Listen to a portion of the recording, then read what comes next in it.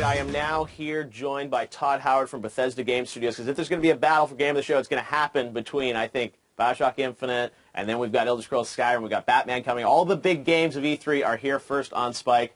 Todd, let's get to Skyrim. People, you announced it at the VGAs. People want to see the gameplay. You going to give us a sneak peek? We are. We're showing a big 30-minute demo here at E3. We've built a really cool booth. We're showing it in private underneath an actual life-size dragon that we've built here at E3. It's awesome.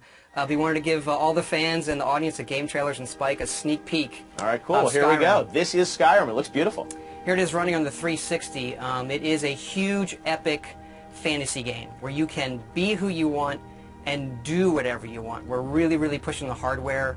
We've rewritten all the graphics, all of the gameplay this go-around, and we just want to fill a world with detail. All the little things. You can look at these plants, so micro detail, macro detail.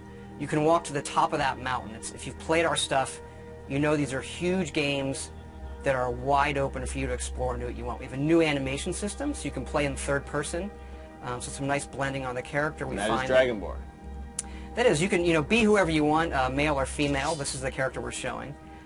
So a lot of people like to play in third person, so it's a real viable option this go around. Mm-hmm. You've got wildlife. You've got the world is really alive. Really, really alive. That's what we push for. And it's you are who you play. The right trigger does your right hand. The left trigger does your left hand.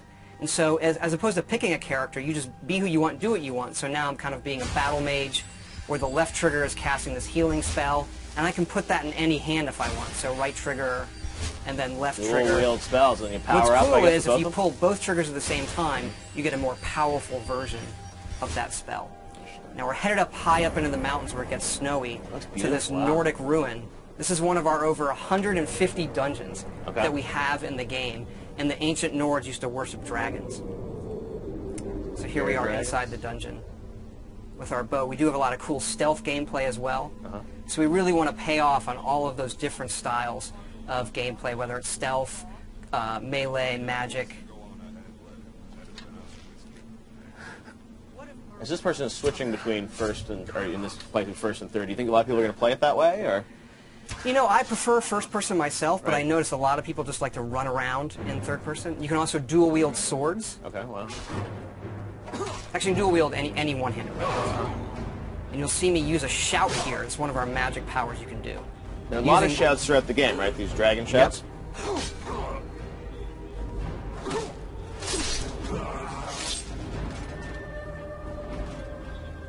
And up here we're seeing the undead, the Draugr, who live in this Nordic ruin. Using a flame spell in my left hand, sword in my right. And then another shout power.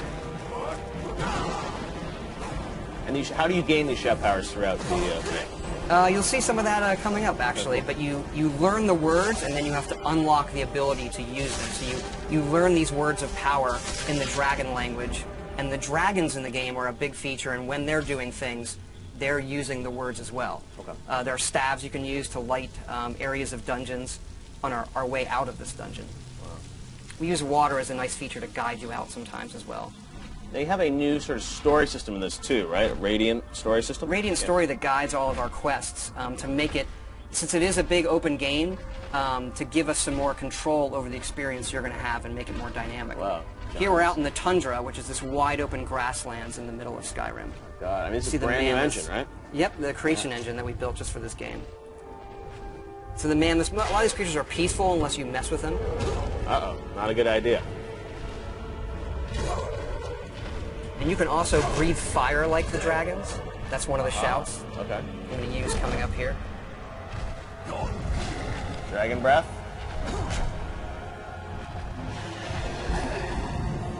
Aha. And dragons can attack anything. They're dynamic creatures. We don't script them. So when we're playing the game, we don't know what they're going to do often. They are these big boss fights that are dynamic and interesting in ways that we've never experienced in a game before. Now, I read a rumor online this week that the game is over 300 hours, or you can spend at least 300 hours in the game. There is at least 300 hours in it. We kind of have stopped counting. There was so much stuff in this game. Oh, here's a battle with the non-friendly dragon. Kind of getting some help from the guards of this tower here. And then when they die, you absorb their souls, and this allows you to unlock words of power, shouts that you've learned, and power them up. And then we also have fights in the game in times where there are multiple dragons. So here comes another one up there, a frost dragon. They're even more powerful than the dragon that I just defeated with the help of the guards. And what's cool about this game is, dragons are not just going to come into the, the final 10% of the game. I mean, you're going to see them throughout the game, right? They are creatures like any other, and you see them not from the initial get-go, but you see them throughout the game, yes.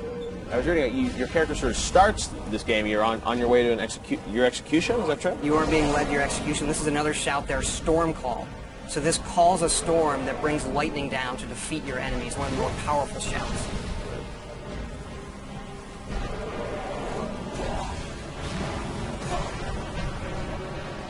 And then once the dragons get hurt enough, they can't fly, and they'll either land or they'll crash.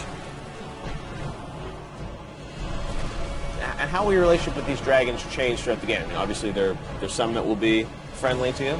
I don't want to quite spoil it yet, but they all aren't out to destroy the world, and why they're back and what they want is part of the mystery of the main quest in the game that you're going to uncover.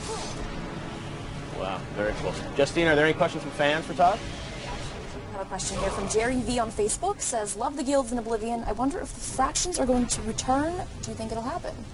We do have factions returning. Our three main factions are the College of Winterhold, which is like for the mages, the Companions, which is our warrior guild, and then the Thieves Guild, of course. Right.